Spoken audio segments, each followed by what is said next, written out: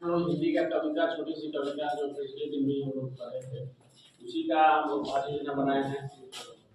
उसमें सबसे पहले हम लोग कविता पाठ करके बच्चों को बताएंगे कि हमें कविता को कैसे पढ़ना है। उसके बाद इसके हाव भाव के साथ अगर पढ़ते हैं तो और ज़्यादा बच्चा अट्रैक्ट होता है और उसको समझ में भी आता है।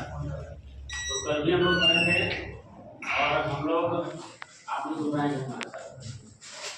एक चिड़िया के बच्चे चार, एक चिड़िया के बच्चे चार, घर से निकले पंख पसार, घर से निकले पंख पसार, पूरब से पश्चिम को आए, पूरब से पश्चिम को आए, उत्तर से दक्षिण को जाए, उत्तर से दक्षिण को जाए, घूम लिया है अब जग सारा, घूम लिया है अब जग सारा, अपना घर है सबसे प्यारा, अपना घर है सबसे प्यारा। चिड़िया को ही नहीं, हम मानव को भी ऐसा लगता है कि अपना घर ही सबसे प्यारा है। और आज जैसे हम लोग इस प्रशिक्षण सत्र में आए हैं, हम लोग इस घर को भी पहचान गए हैं। जैसे इस परिसर में आते हैं, अपने घर में प्रवेश कर जाते हैं और अपने प्रशिक्षक से मिलकर हम लोग जो भी प्राप्त करना है वो प्राप्त करते हैं।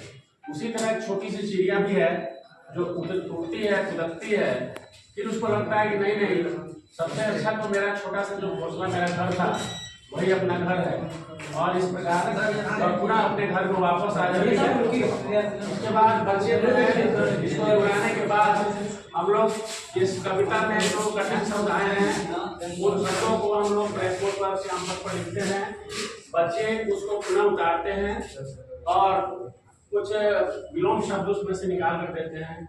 कुछ कठिन शब्दों के अर्थ कुछ समान जो होता है, दुख लगाने वाले शब्द होते हैं, उनको भी हम लोग ब्लैक बोर्ड के सहारे बच्चों को लिखवाते हैं और बच्चे लिखते हैं। पुनः कुछ प्रश्न उस कविता से हम लोग पूछते हैं, उससे हमको पता चलता है कि बच्चा हमारी कविता को कितना समझ सका है। जैसे इसमें हम पूछे दिशा का नाम इसमें आया। इस कविता के माध्यम से हम लोग छोटे छोटे बच्चों को दिशा का ज्ञान कराते हैं। जैसे उसमें 4 दिशा का नाम भी आया तो हम उससे पूछते हैं कि बच्चे बताइए दिशा कितने हैं और उनका नाम जानते हैं तो उसको भी लिखना है। और ये दिशाओं का जो नाम है थोड़ा सा इसका स्पेलिंग क्लिष्ट होता है तो उसका पुनर्अभ्यास करवाएंगे। जो क्लिष्ट शब्द है, जो कठिन शब्द है, उसको 3 टाइम्स 4 टाइम्स अगर लिखवा देते हैं तो वो भी उस बच्चे को याद हो जाता है। इस तरह से अगला सवाल था कि हम विलोम शब्द बना सकते हैं। पूरब का उल्टा क्या होगा, पश्चिम का उल्टा क्या होगा, उत्तर का क्या होगा, दक्षिण का क्या होगा, एक दूसरा शब्द एक दूसरे का अपोजिट के रूप में। फिर है चिड़ियों के उड़ने के लिए क्या चाहिए, तो बच्चे निसंकोच बता देंगे कि पंख, और इस कविता में उस शब्द का उल्लेख दिया है कि उसको उड़ने के लिए पंख चाहिए।